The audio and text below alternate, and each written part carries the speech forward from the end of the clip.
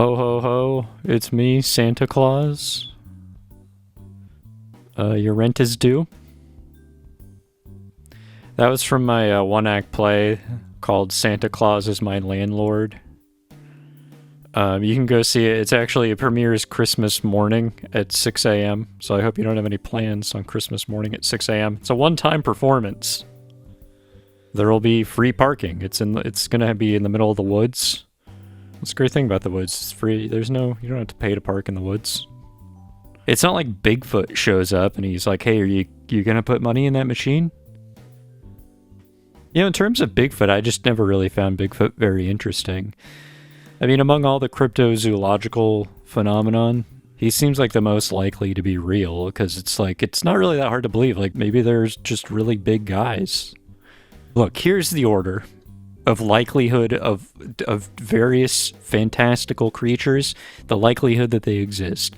Number 1, probably Bigfoot. I don't think he exists, but I think out of all of them, just a big hairy man, I buy it. Number 2, fairies. I will not divulge any more information about this. Number 3, people from New Zealand. And I would say all the way at the bottom is Santa Claus. I know he's not real because he fell off my roof and I watched him die. So he was real. He used to be real. So sorry. Well, I mean, I didn't do anything wrong. He's the one who decides to go up there. I don't know how it works. Like, does he get your social security number? And he's like, okay, there's a new baby that I have to get stuff for. And then he just starts coming to your house. It's like a contract you make as a human being. You're like, Santa Claus is going to visit me. And I can't really stop him. It's impossible. R.I.P. to Santa. So when he fell off my roof, I had a chance to do, like in the movie The Santa Claus, I had a chance to take his place and become Santa, but I didn't do it. So there's just no Santa now. Like, if you're a child and you're listening to this, Santa is actually alive and well. He's, why do you think we're seeing all these drones with red and green lights? That's a Santa Claus operation. It's been automated now. Here's what I'm suggesting. If you live in New Jersey, you live in New York, or anywhere else across the globe, any sensitive nuclear sites for some reason, just shoot the drones. They have presents in them for you. So, yeah, I haven't gotten I need to get a haircut. I haven't gotten a haircut in several months at this point.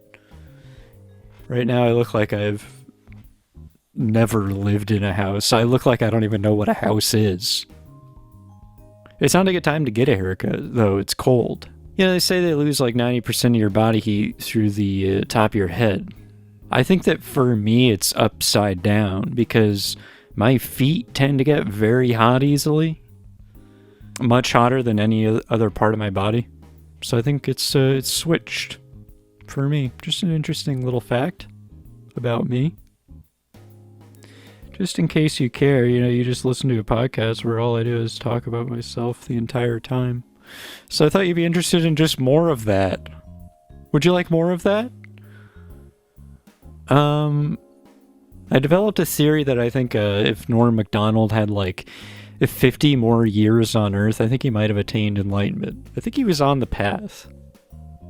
Didn't quite get there. Well, hey, you don't know. You don't know.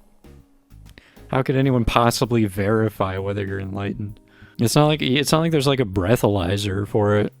Sir, are you enlightened right now? And you blow into it, and the officer's like, well, you might be escaping samsara, but you're going to another type of prison. And then you just speed away. And then you get in a huge multi-state police chase. And as a result of doing that, you kind of unenlightened yourself. Now you're a piece of shit again. This is the plot of my other one-act play. It's called Karma, but spelled with a C instead of a K. I'm going to be premiering this at 8 a.m. on Christmas morning. Come and watch my 2 back-to-back one-act plays, where I play all the parts. That's right, I actually play the car in Karma, and I'm the guy driving the car. How does it work? I'll tell you, it barely does. Tickets are $30. And you have to also make a $10 donation. I'm saving up for my haircut. It's going to be a really expensive haircut on kind of how much hair I have. Every good barber you go to, once they cut your hair, they're going to sweep it all up, put it on a scale, and then charge you based on the weight of the hair. Right? This is how they do it. I actually witnessed a barber tournament where these incredibly powerful barbers who could cut hair so fast, people were weeping openly. But the thing is, they weren't judging it based on quality of haircut. It was just how quickly you could get the hair to look like anything. So there's a lot of bleeding, there's a lot of mistakes, it's very rushed. Look, the haircutting tournament, if you've been to one of these things, you know how it is. 2 of the guys died. One of the barbers cut a guy's hair off so fast that another barber saw it and had a heart attack. Dude, I don't know. You can watch it on, I think you can still watch it on ESPN Hair. They have a hair channel. Yeah, I spent all summer watching the shampoo semifinals. But hold on. Oh, I'm getting a call on the phone line. The location just says it's from the woods. Damn, I wonder who this could be. Hello?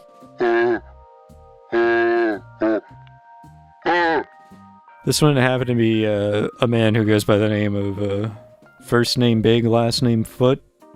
Yeah, that definitely means yes in Bigfoot language. I got my master's in Bigfoot language.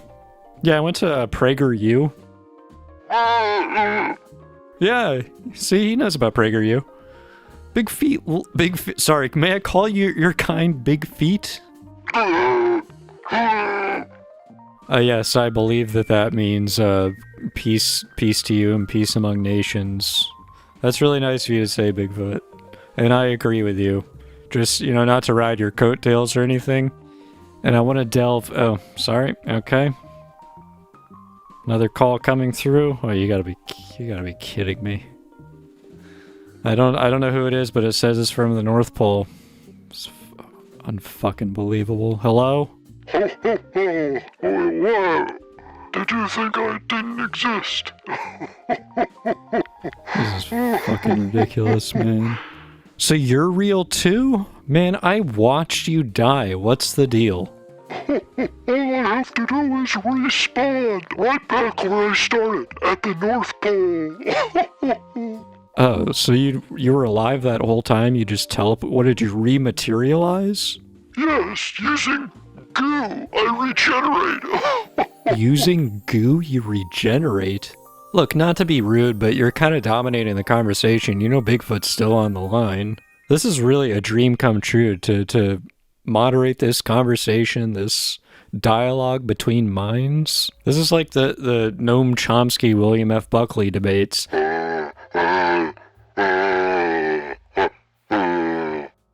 Bigfoot just asked why he never gets any presents on Christmas.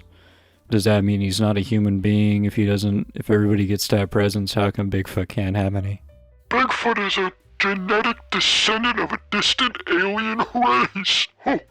Thus he is not under my jurisdiction. Bigfoot, do you have anything to say for yourself? Is that true?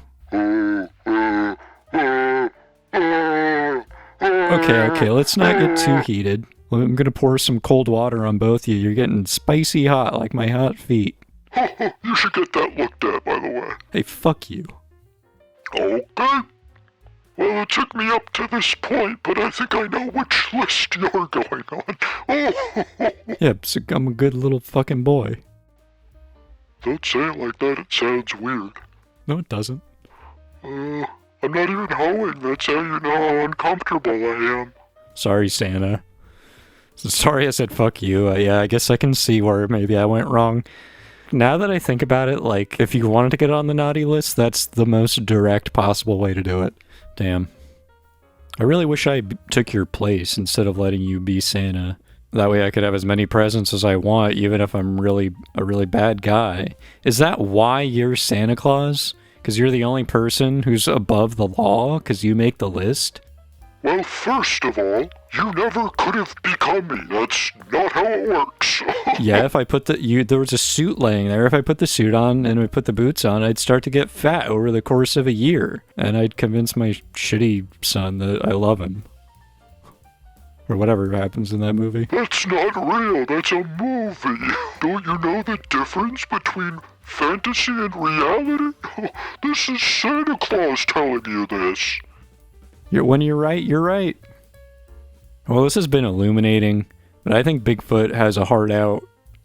He said he was going to toss a bunch of fucking huge boulders around in a field about 10 minutes from now. So I don't know how far away the boulders are. Bigfoot, how far away are the big boulders?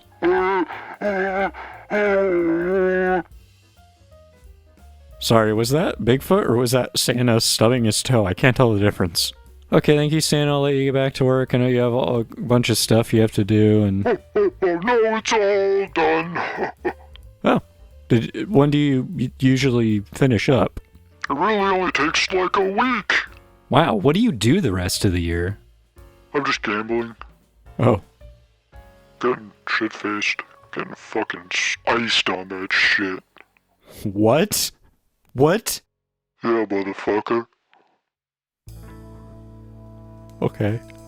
I'm really hanging up now. Wow, who knew Santa Claus still alive? That old son of a bitch.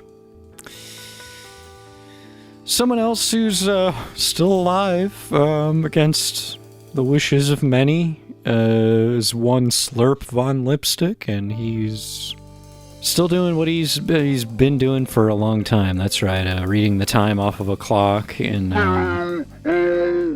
Oh, I never hung up on Bigfoot. Dude, sorry. Good luck with the boulder. Yeah, so, anyway, time check has to occur. Oh, shit, I forgot to hang up on him again. See, I keep ending the conversation and just forgetting to hang up. It's a weird habit that I have. As you may have come across in the trades, I will confirm rumors that yes, Slurp Von Lipstick is in fact in talks to create and develop a spin-off time check only podcast where the whole thing's time check. Now, can you imagine something like that? We have to stop it. We have to keep him contained within this podcast. You see, this is like a prison for him, but he should be in prison. He's like the Hannibal Lecter of podcasting. But we let him out of his cell for this. Ladies and gentlemen, it's Slurp Von Lipstick. Give it up.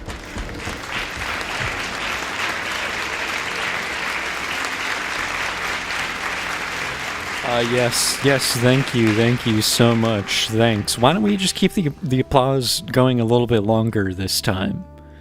A little bit more for old Slurp, huh? How about that? No? Okay. Look, I'll give you guys money.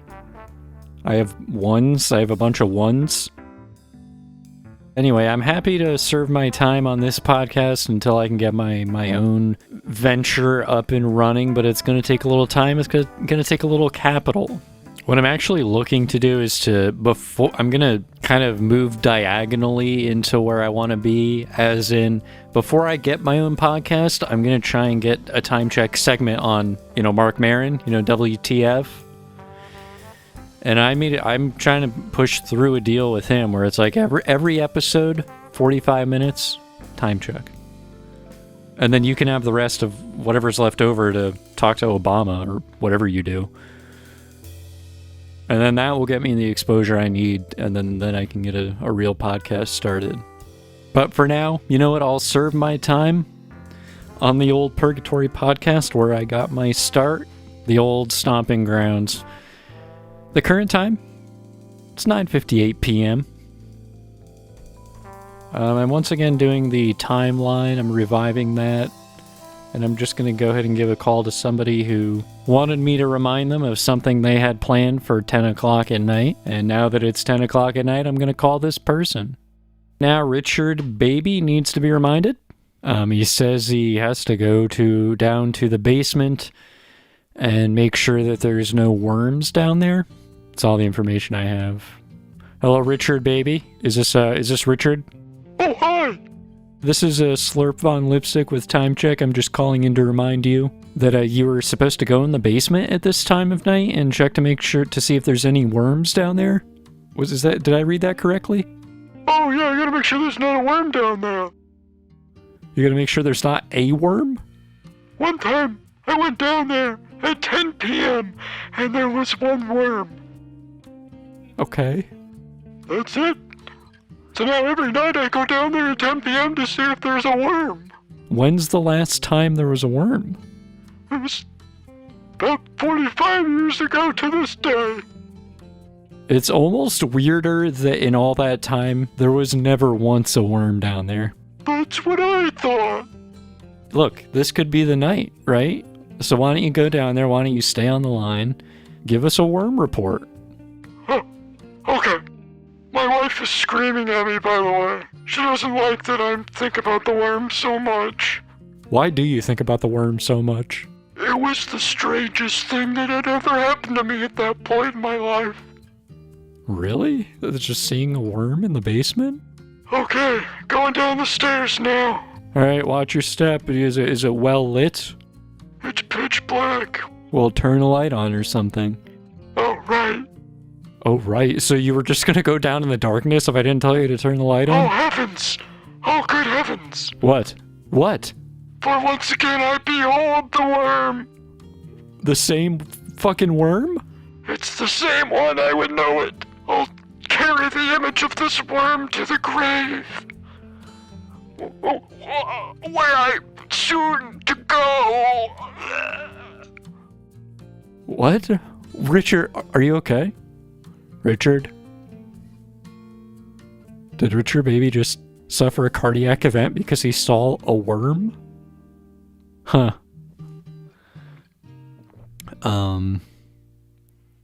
I don't know what the decorum is for hanging up on a dead guy.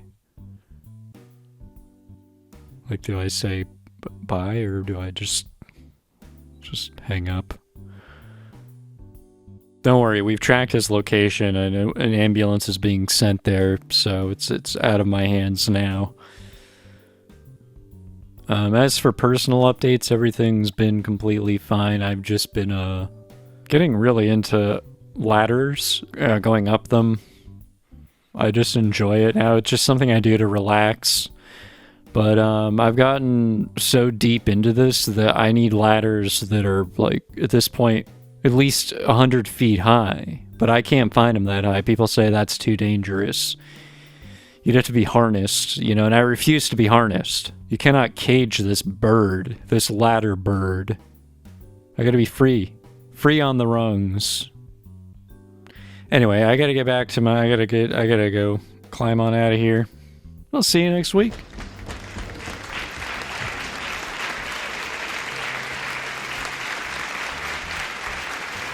Give it up. Give it up. Give it up. Give it up. That was the one known as Slurp Von Lipstick, who once told me that the one thing he actually desires most in life above anything else, above even doing time check, he told me this completely off the record, but I'm spilling. He says he wishes he had 20 fingers. And I asked, what do you want 20 fingers for, you fucking creep? I mean, you can see what I mean now by, like, him belonging behind bars, right? He shouldn't be out among the public. He shouldn't be telling them about how many appendages he wishes he had. He shouldn't be getting into debates with people about why 20 fingers is better than 10. He's obsessed with this cause. Because what does he get if he's right? 10 fingers. Exactly what he already has. 10 fingers. It's never going to change. And if this could possibly be misinterpreted as a transphobic allegory, you've completely missed the mark. Slurp Von Lipstick is a completely different category of human being. He should have his own bathroom. Everywhere. Everywhere should have a slurp room. I got this one little bit of hangnail That's gonna be. I'm just gonna kind of pick at that for the rest of forever. You ever have a hangnail forever? The time I felt the most disgusting in my entire life was when I was at work and I had a hangnail. I was like, who would have nail clippers at work? So I went to the front desk and I was like, I know it's weird, but do you have nail clippers? She gave me such a perplexed look, like I had asked her for like money. She's like, no. And I was like, that is a weird thing to ask. It's like, do you have something I can borrow to like chip off little bits of my body? The one that other people are doing the same thing with, like a public nail clipper. It is kind of gross. But not if you don't think about it too hard. Most things that we actually think are gross, they're just gross because you're thinking about them. Like, it's not really gross to brush your teeth in front of people. Anytime anyone wants to make their mouth better, I encourage that. Like, you should brush your teeth in traffic. You should brush your teeth at your wedding. You should brush your teeth in hell. So, so now that I have his number, I'm thinking maybe I should call Santa Claus, because I haven't really done like any Christmas shopping, and it's basically Christmas. But I'm just kind of fresh out of ideas. So if there's one guy who knows gifts, right? It's Santa Claus. If you didn't, it's Santa. Calling him up now? Hello? Yes, hello, Santa Claus. Remember me? Oh, yes, of course I do. I remember everyone. Great. Gift ideas. Oh, my boy, I'm not an artificial intelligence. I'm but a mere Santa Claus. Look, you can see into the hearts of man and judge their character. I expect you to know what I'm thinking. Well, ideas for who? Everybody in my life. Okay.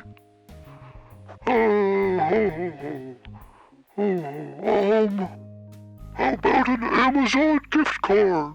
For... 50? $50? Well, yes. I mean, what other currency? Yeah, 50 would be good. That would be that's a fair amount. Okay. Well, thank you so much for taking the time to give me that great gift idea. I'm definitely going to give everybody an Amazon gift card with 50, rupee? What did you say to put on it, Santa? Ho, ho, ho, gotta go. Santa, while I have you, in the spirit of Christmas, how about make a stop at Bigfoot's cave this year? Give him what he wants. It's against several galactic treaties to do so. Well, fuck the galactic treaties. What have they done for me lately? Don't want to risk another cataclysmic reset. Another what? Gotta go. Wait, what? Alright. Get back to it. This episode dedicated to Santa Claus. We salute you. Men want to be you. Women want to be tossed in your big bag of presents. Girls, come on. Hangnail update. I clipped most of it just now. But there's still like that little bit that's... I think I just got it. Okay. I did it manually that time. As if a nail clipper is automatic. I guess that's also manual. I mean, technically in automatic, if you have a car, is it ever truly automatic if you have to put it in automatic? You can even take that further and say you chose to buy an automatic vehicle. That was a manual decision. You didn't automatically get it. You weren't just born and then the car drove up to you. And it's like in cars where the cars can talk and you bond with the car throughout the course of your life until you turn 16 and then you can start to drive it. That way you and the car have a mutual, relationship. It's like you're driving your brother around. It's like if your brother, had wheels. Like, I know that if you, look this up online, weird stuff would come up. And I know that stuff would come up. But that's not what I'm alluding to. This is an idea that's come up completely organically. So, we learned a lot today. I certainly did. I learned that Santa Claus is still alive. I guess that's good. And I've become quite the Christmas head myself. I like Christmas so much I memorized all the Christmases that ever were. Name a Christmas, literally. Somebody call in and name a Christmas, and I can tell you what date that Christmas was on. Hello? Hello, this is Victor. Victor, which Christmas do you want me to give you the date of? Christmas for my birthday, 1987. 1987. That would have been December 25th, 1987. Okay. Sorry, I thought this was actually a Five Guys. Well, hope you like one. Yeah, I don't want this one. All right, thanks a lot for your time, Victor. All right, well, anyway, that's gonna do it for me. I gotta get out of here. I just have to be, I just have to be somewhere. And I'll catch you later, Gator.